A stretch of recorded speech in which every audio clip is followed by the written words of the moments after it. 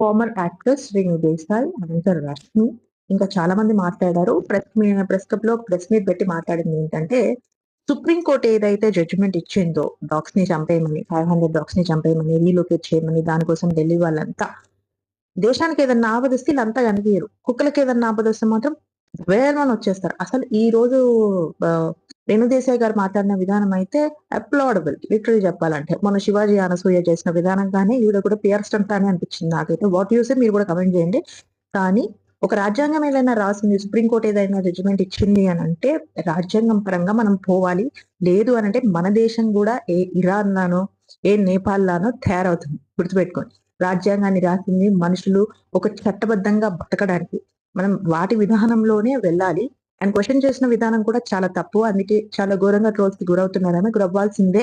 Because ఈ ఈ రాజ్యాంగబద్ధంగా మనం మనుషులం బతుకుతున్నప్పుడు, రూల్స్, రెగ్యులేషన్‌లో బతుకుతున్నప్పుడు అలానే ఉండాలి. ఇది రాజకీయం కాదు.